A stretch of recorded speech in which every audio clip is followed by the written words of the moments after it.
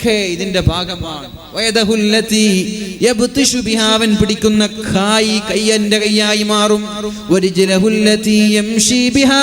അവൻ നടക്കുന്ന കാല് അത് എന്റെ കാലായി മാറും. അവന് ദീർഘമായ മൈലുകൾക്കപ്പുറത്തേക്ക് പോവേണ്ടി വന്നാലും നിമിഷങ്ങൾ കൊണ്ട് അങ്ങോട്ടേക്ക് നടന്നു പോവാൻ പറ്റും. സ്വഹീഹായ ഹദീസല്ലേ, റവാഹുൽ ബുഖാരി, ബുഖാരി റിപ്പോർട്ട് ചെയ്ത ഹദീസല്ലേ. തള്ളിക്കളയാൻ പറ്റും, നമ്മൾക്ക് ഒഴിവാക്കാൻ പറ്റോ ഈ ഹദീസുകളൊക്കെ? എന്താണ് ഇതിന്റെ ആശയം? നമ്മൾക്കത് പറ്റും, നമ്മൾ നന്നാവണം. നമ്മളെ പരിശുദ്ധമായ സുന്നത്ത് നിസ്കാരങ്ങളും സുന്നത്തുകളും മുറുകെ പിടിക്കുന്നവരാകണം. ല്ലേ, അല്ലാഹു തൗഫീഖ് ചെയ്യട്ടെ. അവൻ എന്ത് ചോദിച്ചാലും ഞാൻ അവന് കൊടുക്കുക തന്നെ ചെയ്യും. എന്ത് ചോദിച്ചാലും ഞാൻ അവന് കൊടുക്കുക തന്നെ ചെയ്യും. അവൻ എന്നോട് ചോദിക്കുകയാണ്, അവന് കുഞ്ഞില്ല, അല്ലാഹുവേ കുഞ്ഞിനെ കൊടുക്കണമെന്ന്. മഹാനായ കണ്ണിയത്ത് ഉസ്താദിന്റെ സമീപത്തേക്ക് ഒരാൾ കടന്നു വന്നിട്ട് പറഞ്ഞു, ഉസ്താദേ കുട്ടിയില്ല, ദുആ ചെയ്യണം. ഉസ്താദ് ദുആ ചെയ്തു, കുട്ടി ഉണ്ടായില്ല. പിന്നെ കുറെ 2 വർഷങ്ങൾക്ക് ശേഷം വീണ്ടും വന്നു, പെണ്ണും വന്നു, ആണും വന്നു. ഉസ്താദെ കുട്ടിയില്ല, ദുആ ചെയ്യണം. ഉസ്താദ് പറഞ്ഞു, കുട്ടി ഉണ്ടാവാൻ അള്ളാഹുവിന്റെ തീരുമാനമില്ല, അള്ളാഹുവിന്റെ തീരുമാനം അങ്ങനെ ഇല്ല. അപ്പോ അയാളും പെണ്ണും അവിടെ നിലത്ത് കൊണ്ടിട്ട് കരഞ്ഞിട്ട് പറഞ്ഞു, ഉസ്താദ് ദുആ ചെയ്യണം, ഉസ്താദ് ദുആ ചെയ്യണം കുട്ടി ഉണ്ടാവാൻ വേണ്ടിയിട്ട്. ദുആ ചെയ്തു, കുട്ടി ഉണ്ടായി, ഒരൊറ്റ കുട്ടി ഉണ്ടായി, ഒരൊറ്റ കുട്ടി. അതിനുശേഷം വേറെ കുട്ടി ഉണ്ടായിട്ടില്ല. എന്ത് ചോദിച്ചാലും ഞാൻ കൊടുക്കുക തന്നെ ചെയ്യും. എന്ത് ചോദിച്ചാലും ഞാൻ കൊടുക്കും. നമ്മൾക്കും പറ്റും, അതെ നമ്മൾക്കും പറ്റും. നമ്മൾ അങ്ങനെ ആയാ മതി. അങ്ങനെ ആയാ നമ്മൾക്കും അത് എളുപ്പമാണ്. അല്ലാഹു തൗഫീഖ് ചെയ്യട്ടെ. പറയാണെങ്കിൽ ഇഷ്ടം പോലെ സംഭവങ്ങളുണ്ട്, 1 2 അല്ല, ഇഷ്ടം പോലെ സംഭവങ്ങളുണ്ട്. ഈ വിഷയങ്ങളിൽ വിശദീകരിക്കാൻ നിന്നാൽ എന്തിൽ നിന്നെങ്കിലും അഭയം തേടിയാൽ ഞാൻ അവന് കാവൽ നൽകും. ബഹുമാനപ്പെട്ട കുമ്പോൾ കുഞ്ഞിക്കോയ തങ്ങളൊക്കെ പറഞ്ഞതുപോലെ സംഭവിച്ചത് ഇഷ്ടം പോലെ സംഭവങ്ങളുണ്ട്, അല്ലേ? നമ്മുടെ കണ്ണൂർ ജില്ലയിൽ മാണിയൂർ ഉസ്താദ് ഒരുപാട് ഡോക്ടർമാർ വരെ അദ്ദേഹത്തിന്റെ സേവനം ചെയ്തുകൊണ്ടിരിക്കുക. ക്യാൻസർ രോഗികൾക്കൊക്കെ ശിഫ നൽകിയിട്ടുണ്ട്. സിമ്പിളാണ്, ഹംബിൾ നമ്മൾ പറയില്ലേ, സിമ്പിളാണ്, ഒരു പണിയില്ല. അപ്പൊ അതിന് വേണ്ടത് എന്താ? അതിന് മരുന്നെന്താ? അല്ലാഹുവിന്റെ ഹബീബ് പറഞ്ഞു, വലാ യസാലു അബ്ദി യതഖറബു ഇലയ്യ ബിന്നവാഫിൽ ഹത്താ ഉഹിബ്ബഹു. ഞാൻ അവനെ സ്നേഹിക്കും. അവൻ ഒരുപാട് സുന്നത്തുകൾ ചെയ്യാൻ തുടങ്ങിയാൽ, സുന്നത്തുകൾ ചെയ്യുമ്പോ എന്നിലേക്ക് അടുത്തടുത്തടുത്തടുത്തടുത്ത് വരും. ഹത്താ ഉഹിബ്ബുഹു, ഞാൻ അവനെ സ്നേഹിക്കും. അല്ലാഹു സ്നേഹിച്ചാലും പിന്നെ എല്ലാം നമ്മുടെ കൈയും കാലും ഒക്കെ അല്ലാഹുവിൻ്റെതാണ്. അല്ലാഹു തൗഫീഖ് ചെയ്യട്ടെ. അതുകൊണ്ട് എന്ത് വേണം? സുന്നത്ത് നിസ്കാരങ്ങൾ അധികരിപ്പിക്കണം. അല്ലാഹു റബ്ബ് സുബ്ഹാനഹു വ തആല നമ്മൾക്ക് തൗഫീഖ് നൽകട്ടെ. അല്ലാഹു പറഞ്ഞു, നിസ്കാരത്തിന്റെ കാര്യം വരുമ്പോ, മക്കളോട് നിസ്കാരത്തിന്റെ കാര്യം വരുമ്പോ പറഞ്ഞു, നിങ്ങൾ 7 വയസ്സായാൽ മുറു ഔലാദകും ബിസ്സലാത്തി വഹും അബ്നാഉ 7. 7 വയസ്സുള്ള മക്കളോട് നിസ്കരിക്കാൻ പഠിപ്പിക്കണമെന്ന് പറഞ്ഞു. നോമ്പ് നോക്കാൻ പറഞ്ഞിട്ടില്ല. 7 വയസ്സായ മക്കളോട് നോമ്പ് കൊണ്ട് കൽപ്പിക്കാൻ പറഞ്ഞിട്ടില്ല. വേറൊരു നന്മയും ചെയ്യാൻ പറഞ്ഞിട്ടില്ല. നിസ്കാരത്തിന്റെ കാര്യം ഗൗരവമാണ്. ആ കുട്ടിക്ക് നിസ്കാരം നിർബന്ധമില്ലല്ലോ, പിന്നെന്തിനാണ് ആ കുട്ടിയോട്, 7 വയസ്സായ കുട്ടിയോട് നിസ്കരിക്കാൻ കൽപ്പിക്കാൻ പറഞ്ഞത്?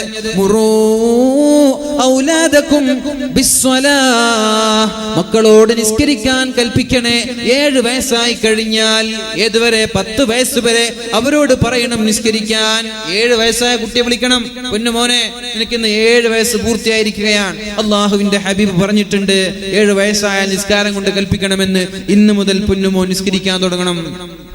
പറയണം, ളുഹറിന് പറയണം, അസ്റിനും പറയണം, സുബഹിക്കും മഗ്രിബിനും ഇശാഇനും പറയണം. മാതാപിതാക്കളുടെ ബാധ്യതയാണത്. നിരന്തരമായി 10 വയസ്സാകുന്നത് വരെ എല്ലാ ദിവസവും മക്കളോട് പറയണം, ഓരോ നിസ്കാരത്തിന്റെയും സമയത്ത് നിസ്കരിക്കാൻ കൽപ്പിക്കണം. നിസ്കരിച്ചില്ലെങ്കിൽ അടിക്കേണ്ടതില്ല. ളുഹർ നിസ്കാരാകുമ്പോ പറയാ, മോനെ നിസ്കരിക്കണം, നിങ്ങളുടെ ബാധ്യത കഴിഞ്ഞു. പിന്നെ കുട്ടി നിസ്കരിച്ചില്ലേ, അടിക്കണ്ട, മതി, നിസ്കരിക്കാൻ പറയാം. അസ്ർ ബാങ്ക് വിളിക്കുമ്പോ മോനോട് പറയണം പള്ളിക്ക് പോകണം, നിസ്കരിക്കാൻ. മഗ്രിബ് ബാങ്കിന്റെ സമയത്തും പറയണം നിസ്കരിക്കാൻ, പള്ളിയിൽ പോവാൻ. 10 വയസ്സായാൽ കുട്ടിക്ക് പ്രായപൂർത്തി എത്തുന്നില്ല. പക്ഷേ 10 വയസ്സായാൽ നിസ്കരിച്ചില്ലെങ്കിൽ കുട്ടിയെ അടിച്ചേക്കണം. 10 വയസ്സാകുമ്പോ മകനെ വിളിക്കുക, പൊന്നുമോനെ ഇന്ന് നിനക്ക് 10 വയസ്സ് പൂർത്തിയായിരിക്കുകയാണ്. എത്ര വയസ്സ്? 10 വയസ്സ്. ഹബീബ് പഠിപ്പിച്ചിട്ടുണ്ട് സല്ലല്ലാഹു അലൈഹി വസല്ലം. നബി തങ്ങൾ പഠിപ്പിച്ചിട്ടുണ്ട് 10 വയസ്സായാൽ നിസ്കാരം കൊണ്ട് കൽപ്പിക്കണം, നിസ്കരിച്ചില്ലെങ്കിൽ അടിക്കണം. അതുകൊണ്ട് ഇന്നു മുതൽ നിസ്കാരം ഒഴിവാക്കിയാൽ എൻ്റെ അടുത്ത് നിന്ന് അടി വാങ്ങിക്കും എന്ന് മക്കളോട് വിളിച്ചിട്ട് പറയാം. എന്നിട്ട് ളുഹർ നിസ്കരിച്ചില്ലേ, ചെറുതായിട്ടൊരു അടി കൊടുക്കുക. പക്ഷേ കുട്ടിക്ക് നിസ്കാരം നിർബന്ധമായിട്ടില്ല. കുട്ടിയുടെ നന്മകളൊക്കെ മാതാപിതാക്കളുടെ ഇടയിലേക്കാണ് പോകുന്നത്. 11 വയസ്സിലും അടിക്കണം, 12-ലും അടിക്കണം, 13-ലും അടിക്കണം, 15 വയസ്സ് വരെ പ്രായപൂർത്തി എത്തുന്നത് വരെ അവനെ അടിക്കണം. ഞാൻ ചോദിക്കട്ടെ, 7-ാം വയസ്സ് മുതൽ നിരന്തരമായി കൽപ്പിക്കാൻ തുടങ്ങി, 10 വയസ്സായത് മുതൽ അടിക്കാൻ തുടങ്ങി, എന്നാൽ പിന്നെ 15 വയസ്സായ കുട്ടിക്ക് നിസ്കാരം ഒഴിവാക്കാൻ പറ്റുമോ?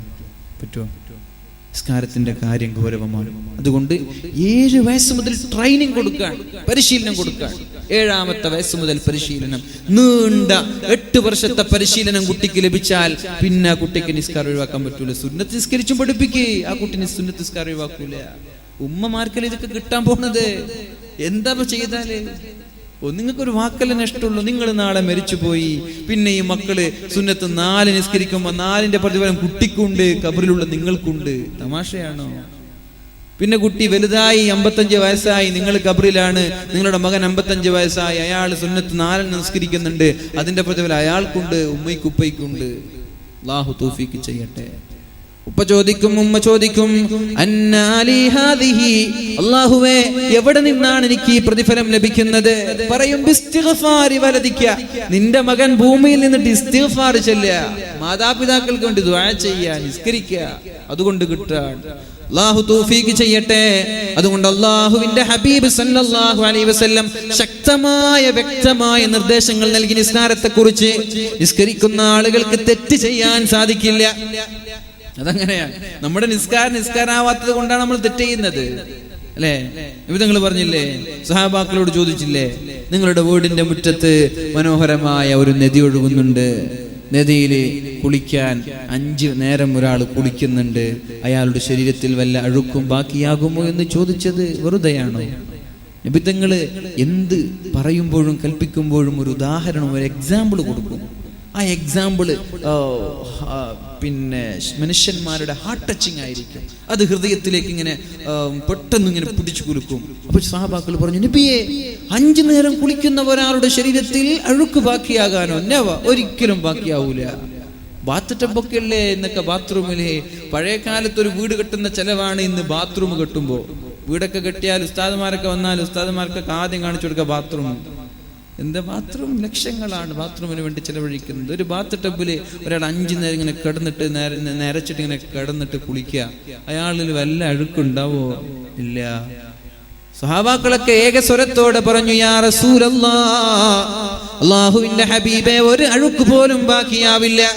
എന്നാ നബി തങ്ങൾ പറഞ്ഞു, 5 വക്ത് നിസ്കരിക്കുന്ന ഒരാളുടെ ഏടിലൊരു തെറ്റുണ്ടാവൂല, ഒരു തെറ്റുണ്ടാവൂല. നിങ്ങൾ കൃത്യമായി ബാങ്ക് വിളിക്കുമ്പോ, നമ്മുടെ നിസ്കാരം തോന്നുമ്പോഴുള്ള നിസ്കാരമാണ്, തോന്നുമ്പോൾ നിസ്കരിക്കുന്ന നിസ്കാരമാണ്. ബാങ്ക് വിളിക്കുമ്പോൾ പള്ളിയിലേക്ക് പോകണം, വീട്ടിൽ നിന്ന് wudu എടുത്തതിന്റെ ഒരു സിസ്റ്റം തന്നെ അല്ലാഹുവിന്റെ ഹബീബായ റസൂലുള്ളാഹി സ്വല്ലല്ലാഹു അലൈഹി വസല്ലം വിശദീകരിക്കുന്നുണ്ട് എങ്ങനെയാണ് നമ്മൾ ചെയ്യേണ്ടത് എന്ന്.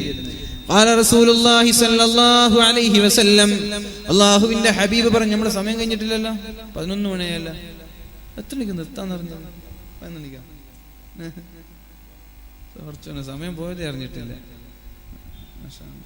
കുറച്ച് സമയം കേട്ടോ, നിങ്ങൾ വിഷമിക്കല്ലേ. ഒന്ന് എണീറ്റിക്കണം, ഒന്ന് എണീറ്റിക്കെല്ലാവരും. സല്ലു അലാ സയ്യിദിനാ മുഹമ്മദിൻ വആലി സല്ലല്ലാഹു അലാ മുഹമ്മദ്.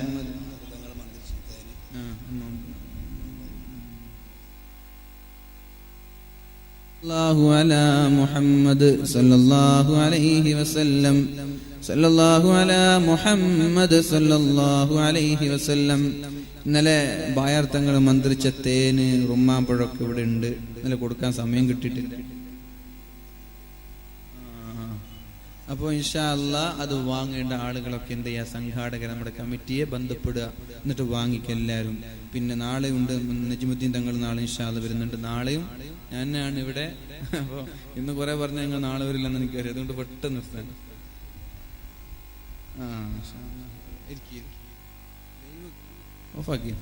ലൈവ് കാണുന്നുണ്ട് കുറെ ആളുകൾ ദുബൈയില്, നാട്ടിൽ നിന്നൊക്കെ കാണുന്ന ആളുകളുണ്ടാവും. ഗൾഫിൽ നിന്നൊക്കെ മാഷാ അല്ലാഹ്. അപ്പൊ ഗൾഫിൽ നിന്നാണ്. ഇപ്പോ അതിന്റെ ആളെങ്കിൽ ഇതുവരെ കണ്ടിട്ടില്ല. എത്രയോ 6, 7, 8 മാസം മുമ്പ് വിളിച്ചിട്ട് ബുക്ക് ചെയ്ത പരിപാടിയാണിത്. ഒഴിവാക്കാതിരിക്കാനുള്ള ഒരു കാരണം അതാണ്. കുറെ മുമ്പ് ബുക്ക് ചെയ്യുമ്പോൾ ഞാൻ ചോദിച്ചു, പഠിച്ചു ഇത്ര മുമ്പൊക്കെ ബുക്ക് ചെയ്യണു. അവർ പറഞ്ഞു അപ്പോൾ ഡേറ്റ് കിട്ടൂല എന്ന് പറഞ്ഞിട്ട് ബുക്ക് ചെയ്താണ്.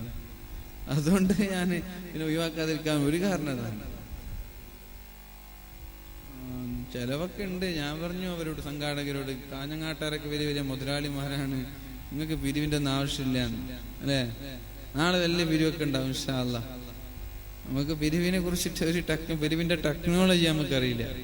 അതുകൊണ്ട് പിന്നെ പിരിവിന്റെ കാര്യം നമ്മളോട് പറഞ്ഞിട്ട് കാര്യമില്ല ഇൻഷാ അല്ലാഹ്. പിരിവൊന്നും നിങ്ങൾ അറിഞ്ഞിട്ട് കൊടുക്കേണ്ടതാണ്. അതൊക്കെ നമ്മൾ പറഞ്ഞിട്ട് കൊടുക്കേണ്ട വിഷയമല്ല. ഇതിനൊക്കെ ഒരുപാട് ചെലവുണ്ട്. നമ്മുടെ ഖബറിലേക്ക് വരുന്ന സമ്പാദ്യങ്ങൾ ഇതൊക്കെ ഉണ്ടാവുള്ളൂ. നാളെ മരിച്ചു പോയാൽ അവിടെ ഒരു പ്രകാശമായിട്ട് വരുന്നത്, ഖബർ വിശാലമാകുന്നത്, സ്വർഗം ലഭിക്കുന്നത്, നരകത്തിൽ നിന്ന് രക്ഷപ്പെടുന്നത് ഇവിടെ എന്ത് കൊടുത്തതേ ഉണ്ടാവുള്ളൂ. അല്ലാതെ നമ്മളിങ്ങനെ പിരിവൊക്കെ പറഞ്ഞ് അതിന് നരകത്തെ കുറിച്ചിട്ട് വേൽ പറഞ്ഞ് കണ്ണീരൊക്കെ വന്ന് അവരിങ്ങനെ വിതുമ്പുമ്പോൾ ഒരു 100 രൂപ നോട്ടെടുത്ത് കൊടുത്തിട്ട് കാര്യമൊന്നുമില്ല. നിങ്ങൾ അറിഞ്ഞിട്ട് കൊടുക്കില്ല.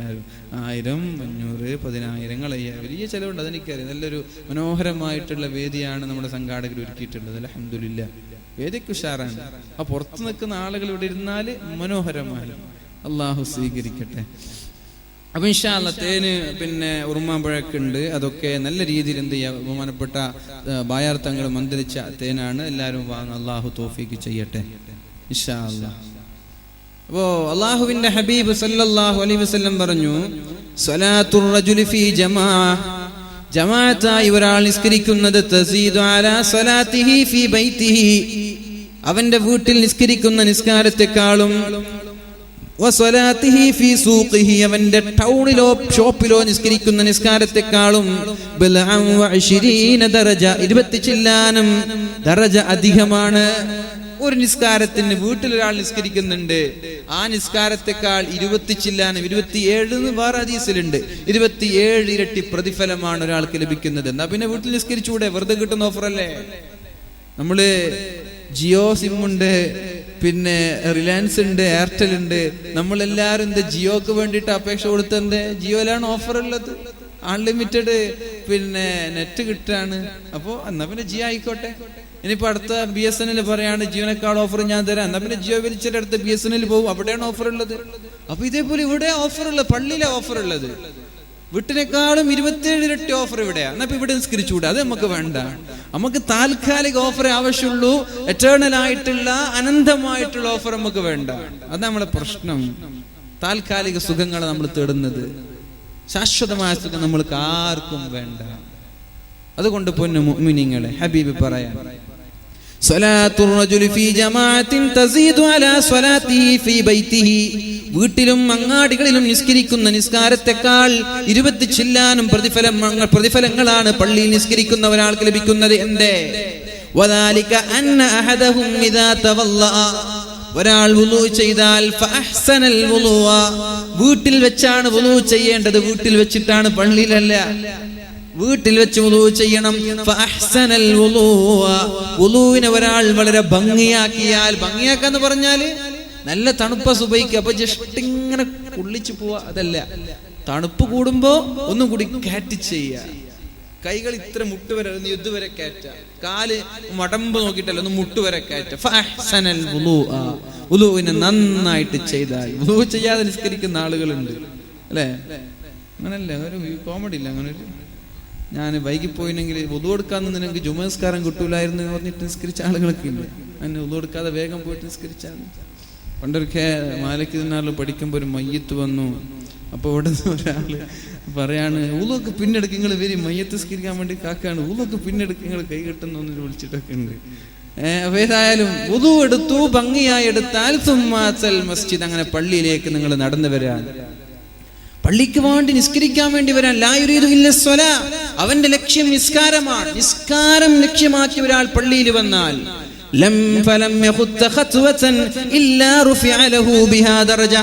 ഒരു ചവിട്ടടിക്ക് ഒരു സ്ഥാനം അല്ലാഹു കൊടുക്കും. വണ്ടിന്റെ ഇന്നോവണ്ട്, പുതിയ ക്രിസ്റ്റ തന്നെ ഉണ്ട്. അപ്പൊ ക്രിസ്റ്റനൊക്കെ നല്ല നടന്നു വരിക. ക്രിസ്റ്റൊക്കെ അവിടെ ഇരിക്കട്ടെ, കുറച്ച് ഡീസലൊക്കെ ലാഭാട്ടെ അല്ലേ? കുറച്ച് വണ്ടിയൊക്കെ അവിടെ വെച്ചിട്ട് എന്ത് ചെയ്യാ, പള്ളിയിലേക്ക് നടന്നു പോകും, ഷുഗറും പ്രഷറും കുറയും, ആരോഗ്യം ഉണ്ടാകും. ഇതൊക്കെ ഹബീബ് എത്ര മനോഹരമായിട്ടാണ് പറയുന്നത്.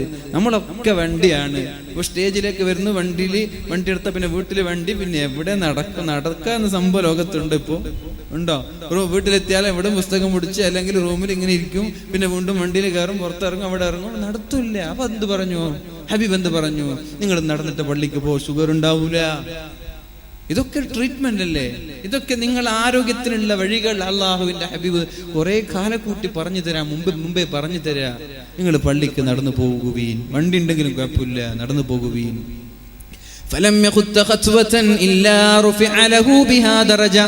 ഒരു ചവിട്ടടിക്ക് അല്ലാഹു നൽകുന്നത് ഒരു സ്ഥാനമാണ്, ഒരു ചവിട്ടടി, അതിനൊരു സ്ഥാനം. അതേ ചവിട്ടടി കാരണം അല്ലാഹു അവന്റെ ഒരു പാപം മായ്ച്ചു കളയും, അവൻ ചെയ്ത തെറ്റല്ലാഹു മായ്ച്ചു കളയും.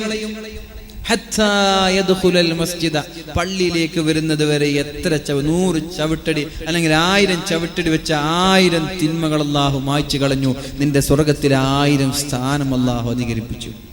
ഇനി ഫഇദാ ദഖലൽ മസ്ജിദ കാന ഫിസ്സലാത്തി മാ കാനത്തി സ്വലാത്തു തഹ്ബിസുഹു.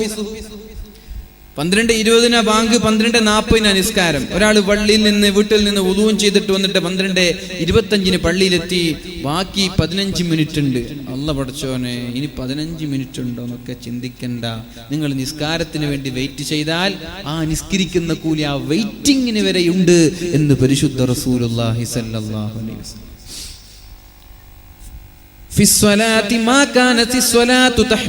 അവൻ നിസ്കാരം ബന്ധിക്കുന്ന കാലത്തോളം, നിസ്കാരത്തിന് വേണ്ടി കാത്തിരിക്കുന്ന സമയവും അവൻ നിസ്കാരത്തിലാണ്, നിസ്കരിക്കുന്ന പ്രതിഫലമുണ്ട് എന്ന് പരിശുദ്ധ റസൂലുള്ളാഹി സ്വല്ലല്ലാഹു അലൈഹി വസല്ലം. വൽ മലായികതു യുസല്ലൂന അലാ അഹദികും. മഹാന്മാരായ അല്ലാഹുവിന്റെ മലായികങ്ങൾ അവന് വേണ്ടി പ്രാർത്ഥിച്ചു കൊണ്ടേയിരിക്കുകയാ. നിസ്കരിക്കുന്ന ആളുകൾക്ക് മലക്കുകൾ പ്രാർത്ഥിച്ചു കൊണ്ടിരിക്കുന്നുണ്ട്. എവിടെയാണോ അവൻ നിസ്കരിക്കുന്നത്, ആ നിസ്കരിക്കുന്ന അതേ സ്ഥലത്ത് എത്ര സമയമാണോ അവൻ ഇരിക്കുന്നത്, അവിടെ നിന്ന് എണീക്കുന്നത് വരെ അള്ളാഹുവിന്റെ മാലാക്കമാർ അവന് വേണ്ടി ദുആ ചെയ്യുന്നുണ്ട്. അപ്പൊ സലാം വീട്ടിയാ പിന്നെ എണീറ്റിട്ട് പോകുന്ന ആ സ്വഭാവം വേണ്ട. ഇരിക്കവിടെ. നിനക്ക് ദുആ ചെയ്യുന്നത് ഇഷ്ടമല്ലേ, നീ ആമീൻ പറയണ്ട, നീ എവിടെ ഇരുന്നോ? അങ്ങനെ ഉണ്ടാവില്ല. ദുആ ചെയ്യുന്നത് ഇഷ്ടമല്ല, ദിക്ർ ചൊല്ലുന്നത് നിനക്ക് ഇഷ്ടമല്ല, കുഴപ്പമില്ല, നീ എവിടെ ഇരുന്നാലോ അവിടെ ഇരുന്നാലോ അല്ലാഹുവിന്റെ മലായികകൾ ദുആ ചെയ്യും. എന്താണ് അവരുടെ ദുആ? അല്ലാഹുമ്മ റഹംഹു, അല്ലാഹുവേ അയാൾക്ക് നീ റഹ്മത്ത് ചെയ്യണേ, അയാൾക്ക് നീ കാരുണ്യം ചെയ്യണേ. അല്ലാഹുമ്മ ഗഫിർ ലഹ്, അയാൾക്ക് നീ പുറത്തു കൊടുക്കണേ അല്ലാഹ്. അല്ലാഹുമ്മ തുബ് അലൈഹി, അല്ലാഹുവേ അയാളുടെ തൗബ സ്വീകരിക്കണേ അല്ലാഹ്. നീ അവിടെ നിന്ന് എണീക്കുന്നത് വരെ, അല്ലെങ്കിൽ പിന്നെ അവിടെ ഇരുന്നിട്ട് ഇങ്ങനെ ഗീബത്ത് പറയാം, എന്നാ പിന്നെ മലക്കിന്റെ ദുആ നിർത്തും. അവിടെ ഇരുന്നിട്ട് ഇങ്ങനെ ദിക്ർ ചൊല്ലാൻ, അവിടെ ഇരുന്നിട്ട് ഖുർആൻ ഓതാൻ, അവിടെ വെറുതെ ഇരുന്നിട്ട് അള്ളാഹുവിനെ കുറിച്ച് ചിന്തിക്കാൻ അള്ളാഹുവിന്റെ മലക്ക് ദുആ ചെയ്തുകൊണ്ടിരിക്കും നീ എണീക്കുന്നത് വരെ. അതുകൊണ്ട് സലാം വീട്ടിയ ഉടനെ ചെറുപ്പക്കാർക്കൊരു സ്വഭാവമുണ്ട്, പിന്നാലെ പോയിട്ട് ചാരിയിരിക്കും. കിബിലേക്കൊക്കെ കാൽ നീട്ടിയിട്ട്, കറാഹത്താണ് പള്ളിയുടെ അകത്ത് കിബിലേക്ക് നേരെ കാൽ നീട്ടിയിരിക്കാൻ പാടില്ല. വയസ്സന്മാർക്കൊരു കുഴപ്പമില്ല, അവരിങ്ങനെ ദിക്റൊക്കെ ചെല്ലുന്നുണ്ടാകും. അവർ കൈ പോലും ഇങ്ങനെ ഒരു ക്ഷീണത്തിന് കൈ പോലും കുത്തിയിട്ടുണ്ടാവില്ല. വയസ്സന്മാർ 80-60 വയസ്സുള്ള വയസ്സന്മാർ അവർ അതേ സഫിൽ ഇരുന്ന അതേ ഇരുത്തത്തിൽ തന്നെ മണിക്കൂറുകൾ ഇരിക്കും. അവർക്ക് കുഴപ്പമില്ല. ചെറുപ്പക്കാരാണ് സത്യത്തിൽ ഇരിക്കേണ്ടത്, അവരാണ് എണീറ്റ് പോയിട്ട് ചാരിയിരിക്കുന്നത്. അല്ലാഹു അക്ബർ. ഇത് വേണോ ചെറുപ്പക്കാരാ? വേണോ? അല്ലാഹു നമ്മൾക്ക് ബോധം നൽകട്ടെ. അല്ലാഹു നമ്മൾക്ക് ബോധം നൽകട്ടെ. ഇൻഷാ അല്ലാഹ് ഒരു 11:30 വരെ, അല്ലെ 11:30 വരെ, 11:15 അല്ലാഹു തൗഫീഖ് ചെയ്യട്ടെ. നാളത്തെ വിഷയം അല്ലാഹുവിന്റെ അനുഗ്രഹങ്ങൾ, അല്ലെ, അല്ലാഹുവിന്റെ അനുഗ്രഹങ്ങൾ എന്നൊരു വിഷയമാണ്. അല്ലാഹുമ്മ തുബ് അലൈഹി എന്നിങ്ങനെ അല്ലാഹുവിന്റെ മലായികകൾ ദുആ ചെയ്തുകൊണ്ടേയിരിക്കുമെന്ന് പരിശുദ്ധ റസൂലുള്ളാഹി സ്വല്ലല്ലാഹു അലൈഹി വസല്ലം. വുളൂ ചെയ്യുമ്പോ നമ്മുടെ കോപം നഷ്ടപ്പെടുമെന്ന് പറഞ്ഞിട്ടുണ്ട്. ദേഷ്യപ്പെടുന്ന ആൾ നല്ല ദേഷ്യക്കാരനാണ്, അയാളോട് വുളൂ ചെയ്യാൻ പറയുക. വുളൂ ചെയ്താൽ അയാളുടെ ദേഷ്യം ഇല്ലാതെയാകും. അതിന് കാരണം പറഞ്ഞത് റസൂലുള്ളാഹി സ്വല്ലല്ലാഹു അലൈഹി വസല്ലം പറഞ്ഞ വിഷയമാണതൊക്കെ. വുളൂ ചെയ്യുന്ന ആളുകൾ എന്ത് ചെയ്യണം? ഇന്നൽ ഗളബ മിനശ് ശൈത്വാൻ, ദേഷ്യം പിടിക്കുക എന്നത് പിശാച്ചിന്റെ സ്വഭാവമാണ്. പിശാച്ചാണ് ഒരാളെ ദേഷ്യം പിടിപ്പിക്കുന്നതും പിശാച്ചാണ്. നമ്മൾ അത്ഭുതപ്പെടേണ്ട ഒരു വിഷയമാണ്. നമ്മുടെ അറഫ ദിവസമാണ് പിശാച്ചിന് ഏറ്റവും ദേഷ്യമുള്ളത്.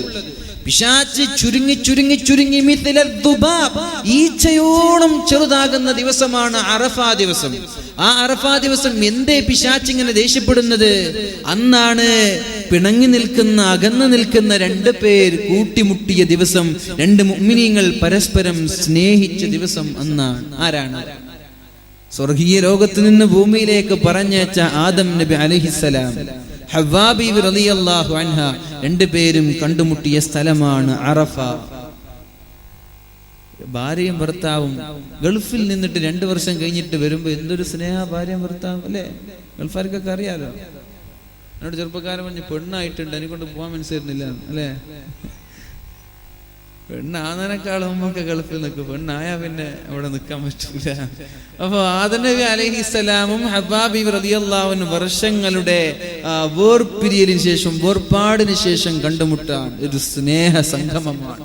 അവിടെയാണ് ലക്ഷക്കണക്കിന് മുസ്ലിമീങ്ങൾ അറഫാ ദിവസം സ്നേഹത്തോടെ സംഗമിക്കുന്നത്. കറുത്തവനും വെളുത്തവനും, മുതലാളിയും രാജാവും പ്രജയും എല്ലാവരും അവിടെ സംഗമിക്കുകയാണ്. ഈ ഒരു സ്നേഹ സംഗമം പിശാച്ചിന് സഹിക്കൂല. പിശാച്ച് ഓടും, കരഞ്ഞുകൊണ്ടോടും. അപ്പൊ ഇന്നൽ ഗളബ മിനശ് ശൈത്താൻ, ദേഷ്യം എന്നത് പിശാച്ചിന്റെ ഭാഗമാണ്. വഇന്നശ് ശൈത്താന ഖുലിഖ മിൻ നാർ, തീയിൽ നിന്നാണ് പിശാച്ചിനെ സൃഷ്ടിച്ചത്. തീയിൽ നിന്നാണ് പിശാച്ചിനെ സൃഷ്ടിച്ചത്. വഇന്നമാ തത്ഫഉൻ നാറു ബിൽ മാ, എന്നാൽ തീയിനെ അണച്ചു കളയുന്നത് വെള്ളം കൊണ്ടാണ്. എപ്പോഴാ ദേഷ്യം ഉണ്ടാവുക? പിശാച്ച് തടിയിൽ കൂടുമ്പോഴാ ദേഷ്യം ഉണ്ടാവുക. പിശാച്ച് എന്തിൽ നിന്ന് സൃഷ്ടിച്ചത്? തീയിൽ നിന്നാണ്. അപ്പൊ തീയിനെ എങ്ങനെ അണക്കുക? വെള്ളം കൊണ്ടാണ്. അപ്പൊ നിങ്ങൾ വുളൂ ചെയ്യുവീൻ. വുളൂ ചെയ്താൽ ശരീരത്തിലേക്ക് കയറിക്കൂടിയ പിശാച്ച് എന്ന ആ ഒരു ദേഷ്യത്തെ, ആ ഒരു തീയിനെ നിങ്ങൾക്ക് അണച്ചു കളയാൻ പറ്റുമെന്ന് പരിശുദ്ധ റസൂലുള്ളാഹി സ്വല്ലല്ലാഹു അലൈഹി വസല്ലം. വുളൂ ചെയ്യുവീൻ, നന്നായി വുളൂ ചെയ്യുവീൻ. അലാ അദുല്ലുകും അലാ മാ യംഹുല്ലാഹു ബിഹിൽ ഖതായ, അല്ലാഹു പാപങ്ങൾ പുറത്തു തരുന്ന ഒരു കാര്യം ഞാൻ നിങ്ങളോട് പറഞ്ഞു തരട്ടെ. തെറ്റൊക്കെ അല്ലാഹു മായ്ച്ചു തരുന്ന ഒരു കാര്യം പറഞ്ഞു തരട്ടെ. വയർഫഉ ബിഹി ദറജാത്ത്, അല്ലാഹു സ്ഥാനം അധികരിപ്പിക്കുന്ന ഒരു നന്മ പറഞ്ഞു തരട്ടെ. ബലാ യാ റസൂലല്ലാഹ്, അല്ലാഹുവിന്റെ ഹബീബേ നിങ്ങൾ പറഞ്ഞു തരുവീൻ. പറഞ്ഞു തരൂ യാ റസൂലല്ലാഹ്. നബി തങ്ങൾ പറഞ്ഞു, ഇസ്ബാഗുൽ വുളൂഇ അലൽ മകാരിഹ്, ഇസ്ബാഗുൽ വുളൂഇ അലൽ മകാരിഹ്, ഏറ്റവും തണുത്ത് മരം കൊച്ചുന്ന രാത്രിയിൽ നിങ്ങൾ വുളൂ ഒന്ന് കയറ്റി ചെയ്യുക. ഒരു വട്ടം കഴുകിയിട്ട് എണീറ്റ് പോവണ്ട. ഒരു 3 വട്ടം കഴുകി നിങ്ങൾ എന്ത് ചെയ്യുക? ഒന്നും കൂടി കയറ്റിയിട്ട് ചെയ്യുക. തലയൊക്കെ തടവുമ്പോ ചെറുതായിട്ടൊന്നും ഇങ്ങനെ കൊള്ളിച്ചാ പോരാ, തലൊന്ന് മുഴുവനായിട്ട് തടവുക, ചെവി മുഴുവനായിട്ട് തടവുക, കാലൊന്ന് കയറ്റിക്കഴുകുക. എപ്പോ? മക്കാരി, നിങ്ങൾക്ക് തണുപ്പുള്ള സമയങ്ങളിൽ, അല്ലെങ്കിൽ നല്ല ചൂട്. ഞാൻ ഖത്തറിൽ പോയപ്പോ ഒരു അവിടുത്തെ ഖത്തറിലുള്ള ആളുകൾക്കറിയാം, ഖത്തർ വേണ്ട GCC മൊത്തം ചൂടുണ്ടാകുന്ന സമയത്ത് ശക്തമായ തിളക്കുന്ന വെള്ളമാണ് അവിടെ നിന്നൊക്കെ വരിക. തിളക്കുന്ന വെള്ളമാണ്. നമ്മൾക്ക് എക്സ്പീരിയൻസ് ഇല്ലല്ലോ. പടച്ചോനെ തയമ്മും ചെയ്യുന്നത് പോലെ വുളൂ ചെയ്തത്. മാഷല്ല, തയമ്മും ചെയ്യുന്നത് പോലെ ഇങ്ങനെ കുളിച്ചിങ്ങനെ അഡ്ജസ്റ്റ് ചെയ്തിട്ട് വുളൂ ചെയ്ത്, അത്രയ്ക്കും തിളക്കാണ് വെള്ളം. അപ്പോണ്ട് അവിടെ ഒരു പട്ടാണി പാകിസ്ഥാൻകാരൻ വളരെ കൂളായിട്ട് വെള്ളം ഇങ്ങനെ തിരിച്ചെഴുന്നുണ്ട്, കാലിങ്ങനെ ആടിപ്പാടി കഴുകുന്നുണ്ട്. നമുക്കാണെങ്കിൽ കൈയൊന്ന് തൊടാൻ പോലും പറ്റാത്ത ചൂടാ. പട്ടാണിക്ക് അത് വിഷയമല്ല. പട്ടാണി എങ്ങനെയാണ്? ഇന്ത്യ പാകിസ്ഥാൻ യുദ്ധത്തിനൊക്കെ പോവാണ് ഇപ്പൊ. പഠിച്ചോന്നല്ലേ. അല്ലാഹു സമാധാന അന്തരീക്ഷം നിലനിർത്തട്ടെ. അല്ലാഹു സമാധാന അന്തരീക്ഷം നിലനിർത്തട്ടെ. അല്ലാഹു ഖൈർ ചെയ്യട്ടെ. ഇസ്ബാഉൽ വുളൂഇ അലൽ മകാരി, ഏറ്റവും വെറുപ്പും കഷ്ടവുമുള്ള സമയത്ത് നിങ്ങൾ വുളൂ നന്നായി ചെയ്താൽ നിങ്ങളുടെ പാപം പൊറുക്കപ്പെടും. വകസ്റത്തുൽ ഖത്ഖുത, ചവിട്ടടി. പള്ളിയിലേക്ക് എത്ര കൂടുതൽ ലോങ്സ്റ്റ് വേ, ഏറ്റവും ദൈർഘ്യമുള്ള വഴിയിലൂടെ നടന്നാൽ അതാണ് നിങ്ങൾക്ക് ഏറ്റവും നല്ലത്. നിങ്ങളുടെ കൂടുതൽ പാപങ്ങൾ പൊറുക്കപ്പെടാൻ നല്ലത് ഏറ്റവും ലോങ്ങിലുള്ള ദീർഘമായ വഴിയിലൂടെ നിങ്ങൾ പോവുക. ളുഹർ നിസ്കാരം കഴിഞ്ഞാൽ അസർ നിസ്കാരമാവുന്നതിനെ കാത്തിരിക്കണം. ളുഹർ നിസ്കാരം നിസ്കരിച്ചിട്ട് കാത്തിരിക്കുക. എപ്പോ പഠിച്ചോനെ അസർ ബാങ്ക് കൊടുക്കുക? നമ്മളെന്താ എപ്പോഴാണ് അടുത്ത രജനീകാന്തിന്റെ സിനിമ എപ്പോ ഇറങ്ങുക? അടുത്ത വേൾഡ് കപ്പിന് എപ്പോ വരിക? നമ്മളൊക്കെ വെയിറ്റ് ചെയ്യുക. അതാണ് അല്ലെ? അടുത്ത ടൂർണമെന്റ്, അടുത്ത ടെസ്റ്റ് എന്നാ തുടങ്ങുക? അതൊക്കെ നമ്മൾ ആലോചിക്കുക. അതല്ല, ദുഹർ നിസ്കാരം കഴിഞ്ഞാല് കുറച്ചുകൂടി എന്ന് എപ്പോഴും അസ്ർ നിസ്കാരം വന്നിരുന്നെങ്കിൽ എന്ന രീതിയിൽ നിസ്കാരത്തെ കാത്തിരിക്കുന്നത് നിങ്ങളുടെ പാപങ്ങൾ പൊറുക്കപ്പെടാൻ കാരണമാകുമെന്ന് ഷഫീഉനാ റസൂലുള്ളാഹി സ്വല്ലല്ലാഹു അലൈഹി വസല്ലം. അല്ലാഹു തൗഫീഖ് ചെയ്യട്ടെ, അല്ലാഹു തൗഫീഖ് ചെയ്യട്ടെ. മൻ അറാദ അൻ യൻജുവ മിൻ അദാബിൽ ഖബർ, ഖബറിന്റെ അദാബിൽ നിന്ന് രക്ഷപ്പെടണമെന്ന് ഒരാൾക്ക് ആഗ്രഹമുണ്ടെങ്കിൽ, ഖബർ വല്ലാത്ത പ്രശ്നമാണ്. ഖബർ എന്ന് കേട്ടാൽ തൽക്ഷണം ഞെട്ടേണ്ടതാ. ഖബർ കേൾക്കുമ്പോൾ ഞെട്ടണം. ഖബർസ്ഥാനിലൂടെ നടന്നു പോകുമ്പോൾ പടച്ചോനെ ഞാനും നാളെ അവിടെ കിടക്കേണ്ടവനാണല്ലോ എന്ന ബോധം വേണം. നിങ്ങൾക്ക് ബോധമില്ലെങ്കിൽ ഖബറിന് ബോധമുണ്ട്. ഖബർ വിളിച്ചു പറയുന്നുണ്ട്, എടാ നീ നടക്കുന്നുണ്ടല്ലേ, നീ വാട ഇങ്ങോട്ട്, നിന്നെ കിട്ടാൻ വേണ്ടി ഞാൻ കാത്തിരിക്കുകയാണ് എന്ന് ഖബർ പറയുന്നുണ്ട്. നാളെ ഇവിടെ കിടക്കുമ്പോ ഖബർ പറയും, നീ എന്റെ പൂമുഖത്തൂടെ പുറത്തുകൂടെ നടക്കുമ്പോ ഞാൻ നിന്നെ കിട്ടാൻ വേണ്ടി കാത്തിരുന്നു എന്ന് ഖബർ നിന്നോട് പറയുമെന്ന് ഹദീസുകളിൽ നമുക്ക് കാണാൻ സാധിക്കും. ഖബർ പറയും. നമ്മൾക്ക് ഓർമ്മയില്ല, ഖബർസ്ഥാനിലൂടെ നടക്കുമ്പോ, ഉപ്പയുടെ ഖബർ കാണുമ്പോ, ഉപ്പാപ്പയുടെ ഖബർ കാണുമ്പോ, ഭാര്യയുടെ ഖബർ കാണുമ്പോ ആലോചിക്കണം, ഞാനും ഇവിടെ കിടക്കേണ്ടവനാണ്, ഞാനും അവിടെ കിടക്കേണ്ടവനാണ്. അപ്പൊ ആ ഖബറിന്റെ അദാബിൽ നിന്ന് രക്ഷപ്പെടാൻ എന്താണ് വഴി? 4 കാര്യം ചെയ്യണം, 4 കാര്യം ചെയ്യണം ഖബറിന്റെ അദാബിൽ നിന്ന് രക്ഷപ്പെടാൻ. 1, ഫഅലൈഹി അൻ യുലാസിമ 4 അഷ്യാ, 4 കാര്യം ചെയ്യണം. വയജ്തനിബ 4 അഷ്യാ, 4 കാര്യങ്ങളിൽ നിന്ന് വിട്ടു നിൽക്കുകയും ചെയ്യണം. 4 കാര്യം ചെയ്യണം, 4 കാര്യം ചെയ്യാതിരിക്കണം. അങ്ങനെ ഇത് ചെയ്താൽ നിങ്ങൾക്ക് ഖബറിന്റെ ശിക്ഷയിൽ നിന്ന് രക്ഷപ്പെടാമെന്ന് പരിശുദ്ധ റസൂലുള്ളാഹി സ്വല്ലല്ലാഹു അലൈഹി വസല്ലം. എന്താണ് ഒന്നാമത്തേത്? നീ ചെയ്യേണ്ട, നിർബന്ധമായും ചെയ്തിരിക്കേണ്ട 4 കാര്യങ്ങൾ, ഖബറിന്റെ അദാബിൽ നിന്ന് രക്ഷപ്പെടാൻ നീ ചെയ്തിരിക്കേണ്ട 4 കാര്യങ്ങൾ ഏതൊക്കെയാണ്? നിസ്കാരം നീ കൃത്യമായി നിസ്കരിക്കണം. നിസ്കാരം നീ കൃത്യമായി നിസ്കരിക്കണം. നിസ്കാരം കൃത്യമായി നിസ്കരിക്കണം. എന്ന് വെച്ചാല് ളുഹറിന്റെ നിസ്കാരം അത് ഖളായി, പിന്നെ അസ്ർ നിസ്കരിക്കാന്ന് വെച്ചാൽ അസ്റും ഖളായി.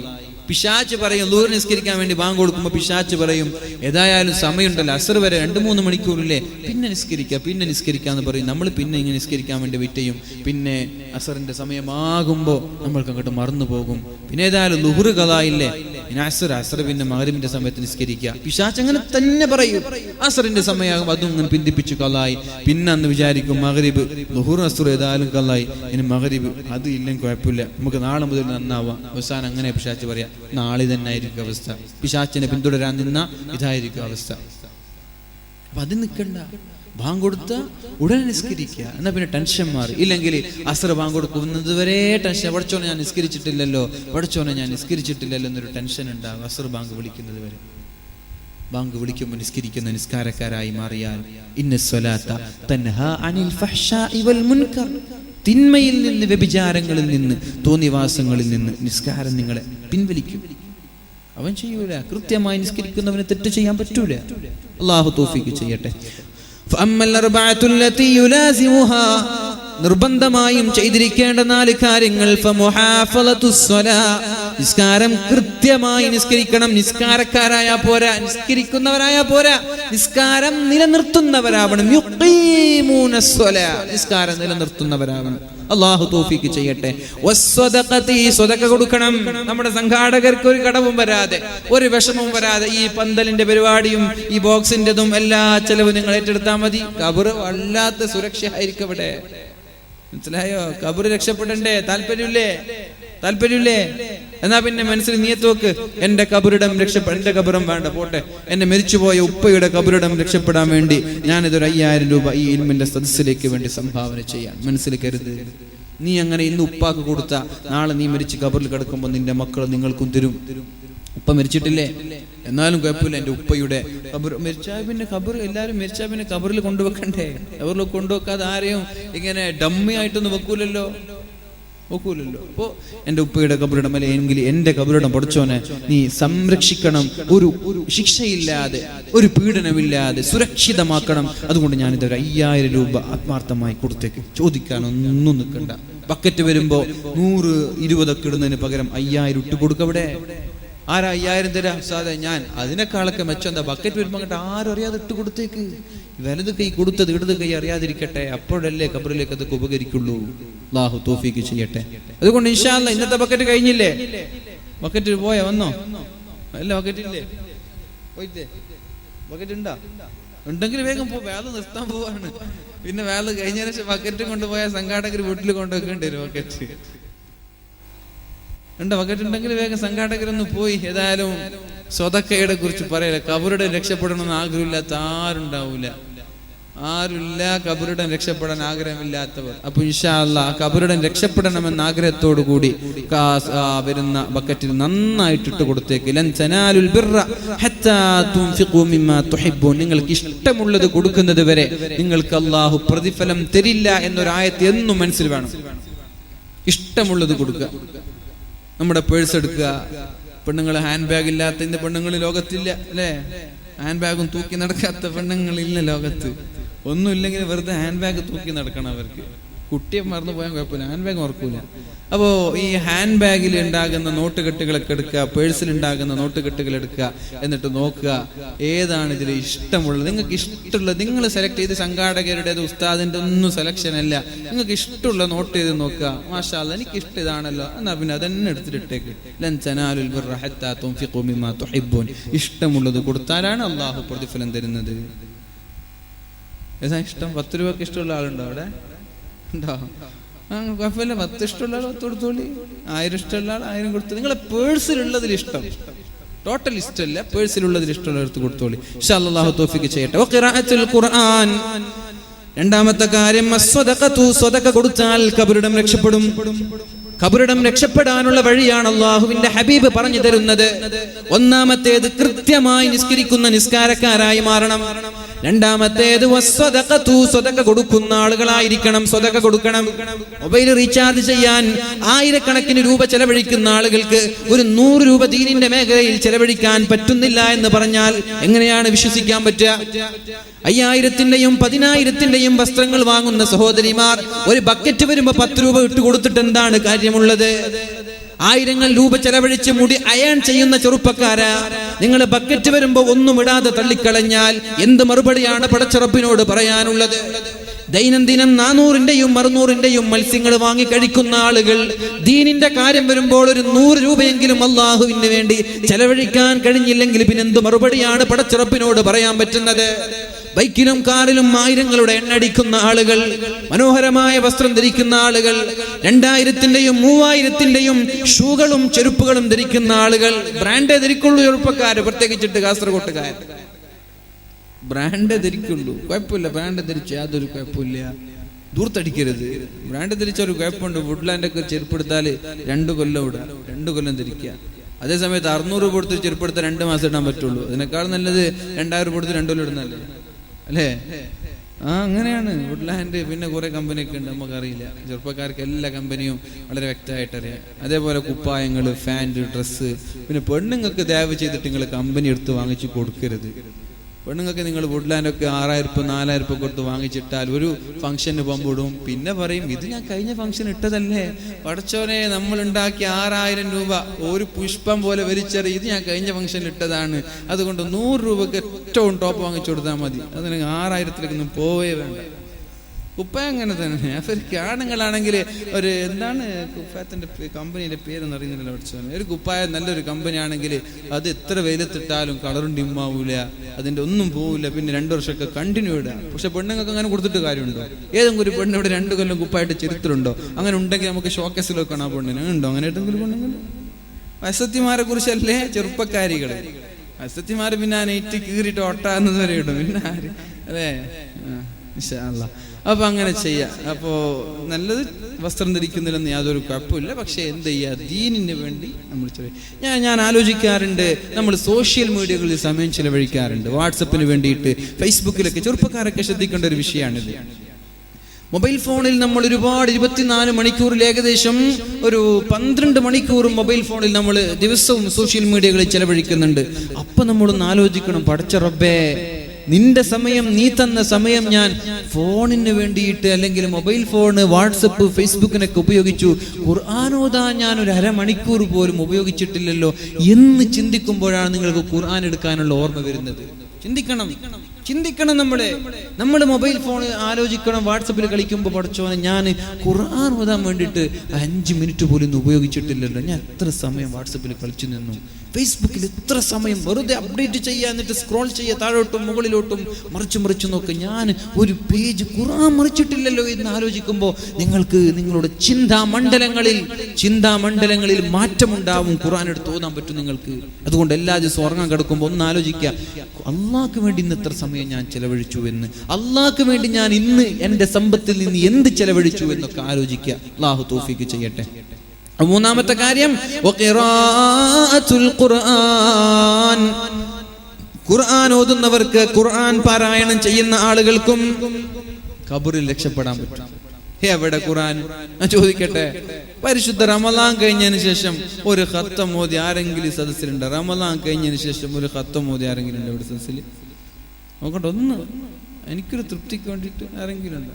ഒരാളുണ്ട് മാഷാ അല്ലാഹ്, 2 ആളുണ്ട് മാഷാ അല്ലാഹ്, മാഷാ അല്ലാഹ്, 3 ആളുണ്ട്.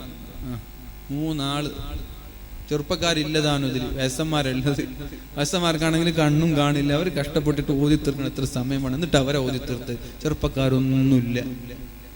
മറുപടി പറയാൻ പറ്റുമോ റബ്ബിനോട്? അള്ളാഹു തന്ന കളിച്ചിട്ട് സംസാരിച്ചിട്ട് സമയം കളയല്ല പോലെ ചെറുപ്പക്കാരാ. ജീവിതം എപ്പോൾ തീരുന്ന ആർക്കും പറയാൻ പറ്റൂല. നാളെ നീ മരിച്ച എന്തുണ്ടാക്കിയെന്ന് ആലോചിക്കുക റബ്ബിന് വേണ്ടിയിട്ട്. നാളെ ഒരു ആക്സിഡന്റിൽ മരിക്കുകയാണ്, ബൈക്ക് ആക്സിഡന്റിൽ മരിക്കുകയാണ്. ഇപ്പോൾ എടുത്തിട്ട് ഒരു ചെറുപ്പക്കാരൻ, ഇവിടെ തന്നെയാണെന്ന് എനിക്കറിയില്ല, ഒരു സിലിണ്ടർ പൊട്ടിയിട്ട് 1 വർഷമായ ഒരു ചെറുപ്പക്കാരൻ മരിച്ചിട്ടെന്ന് പറഞ്ഞു. ആ ചെറുപ്പക്കാരൻ കരുതിയോ ഞാൻ മരിക്കുമെന്ന്? അങ്ങനൊരു ആകസ്മികമായി അപ്രതീക്ഷിതമായിട്ടൊരു മരണം നിനക്ക് വന്ന, നീ എന്തുണ്ടാക്കി റബ്ബിന് വേണ്ടിയിട്ട്? ഖബറിലേക്ക് എന്തുണ്ടാക്കി ആലോചിക്കുന്നു.